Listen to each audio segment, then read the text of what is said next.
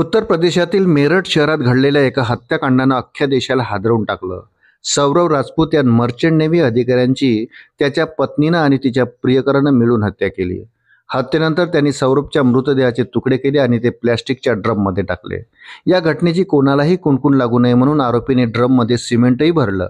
मात्र ही घटना मृत सौरभच्या लहान मुलीनं आपल्या डोळ्यादेखत पाहिली. घरात शेजारील मंडळी जेव्हा चिमुकलीला तिच्या वडिलांबद्दल विचारायचे तेव्हा पप्पा ड्रममध्ये आहे असं ती सांगायची. दरम्यान हत्याकांडाचं हे प्रकरण नेमकं कसं उघडकीस आलं याबाबत जाणून घेऊया. वृत्त सविस्तर जाणून घेण्याकरता चॅनलला सबस्क्राईब जरूर करा. मेरठ पोलिसांनी दिलेल्या माहितीनुसार 28 वर्षीय मुस्कान रस्तोगीनं तिचा प्रियकर साहिल शुक्ला याच्यासोबत मिळून 3 मार्चच्या रात्री पती सौरभ राजपूत याची हत्या केली. हत्येनंतर त्यांनी सौरभच्या मृतदेहाचे 15 तुकडे केले आणि प्लॅस्टिकच्या ड्रममध्ये टाकले. घडलेली घटना कुणालाही कळू नये म्हणून आरोपीने ड्रममध्ये सिमेंटही भरलं. हा गुन्हा उघड होताच पोलिसांनी कटरच्या साहाय्याने ड्रम कापून मृतदेह आपल्या ताब्यात घेतला. या प्रकरणी मुस्कान आणि तिच्या प्रियकराविरोधात खुनाचा गुन्हा दाखल करण्यात आला. पोलिसांनी आरोपींना न्यायालयात हजर केले असता दोघांनाही 15 दिवसाची न्यायालयीन कोठडी सुनावण्यात आली. पुढच्या मुलाची त्याच्या पत्नीने हत्या केल्याचं समोर येताच मृत सौरभच्या आई कविता देवी यांनी हंबरडा फोडला. घडलेल्या घटनेबाबत माध्यमांना माहिती देताना त्या म्हणाल्या, सौरभची हत्या करताना मुस्कान आणि तिच्या प्रियकराला माझ्या नातीनं पाहिलं होतं. जेव्हा शेजारी तिला विचारायचे की तुझे बाबा कुठे गेले तेव्हा ती त्यांना सांगायची की पप्पा घरातील ड्रममध्ये आहेत. चिमुकलीच्या या गोष्टीवर कुणालाही विश्वास बसत नव्हता, कारण सौरभ हा लंडनमध्ये नोकरी करतो आहे असं त्यांना वाटत होतं. दरम्यान मेरठ पोलिसांनी कविता देवी यांचा हा दावा फेटाळून लावला. मुस्कान आणि तिचा प्रियकर जेव्हा ड्रमविषयी बोलत होते तेव्हा तिच्या लहान मुलीने ते ऐकलं असेल. मुलीला या घटनेबद्दल काहीही माहिती नव्हते असं पोलीस अधीक्षक विक्रम सिंह यांनी म्हटलं आहे. सौरभच्या हत्येबद्दल बोलताना कविता देवी म्हणाल्या, माझ्या मुलाची हत्या केल्यानंतर मुस्कान आणि तिचा प्रियकर साहिल दोघेही हनीमूनसाठी शिमल्याला गेले होते.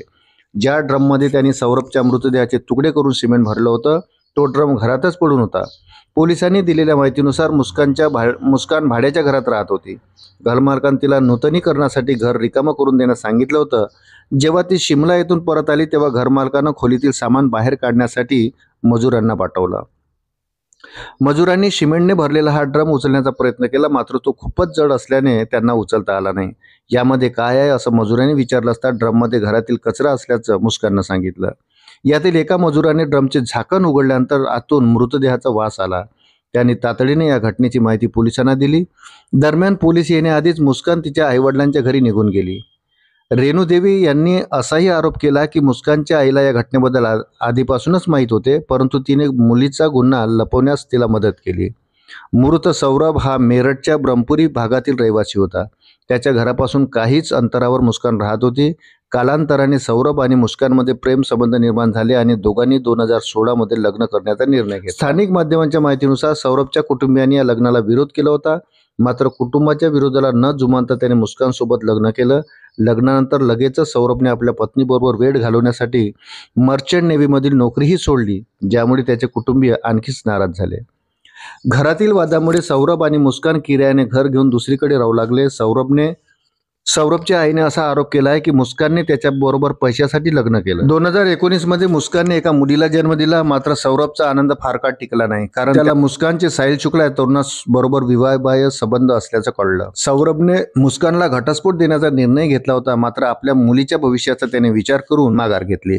पण तरीही दोघांच्या नात्यात तसाच दुरावा कायम राहिला. 2023 मध्ये सौरभ पुन्हा नौदलात रुजू झाला आणि देश लंडनला राहू लागला.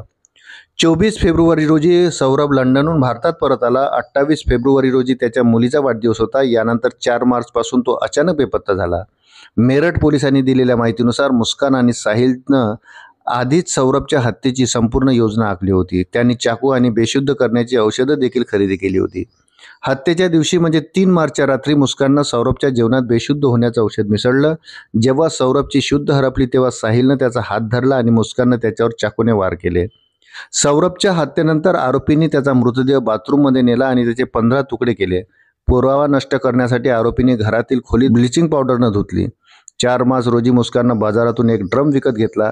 त्यात सौरभच्या मृतदेहाचे तुकडे टाकले आणि ड्रममध्ये सिमेंट भरलं.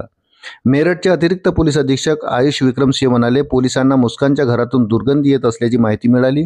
तपास केल्यावर आम्हाला सौरभचा मृतदेह अनेक तुकड्यामध्ये सिमेंटच्या ड्रममध्ये आढळून आला. त्यानंतर मुस्कान आणि तिच्या प्रियकराला आम्ही ताब्यात घेतलं. दोघांनी खुनाची कबुली दिली आहे. मुस्कान आणि तिचा प्रियकर सौरभवर कठोर कारवाई व्हावी अशी मागणी सौरभची आई कविता देवी आणि त्यांच्या मुलाने केली आहे. मुस्कानच्या कुटुंबियांनी तिला फाशी देण्यात यावी असं पोलिसांना सांगितलं. माझ्या मुलीने प्रियकराच्या साथीने नवऱ्याची हत्या केली आहे. ती समाजात राहण्यासाठी योग्य नाही आणि इतरांसाठी धोकादायक आहे. तिला तत्काळ फाशी लटकवा असे मुस्कानच्या आईवडिलांनी वृत्तसंस्थेला सांगितलं. सौरभ खूपच चांगला मुलगा होता. आमच्या मुलीने त्याची अत्यंत निर्गुणपणे हत्या केली. तिला शिक्षा झालीच पाहिजे असं मुस्कानच्या आईने म्हटलं आहे.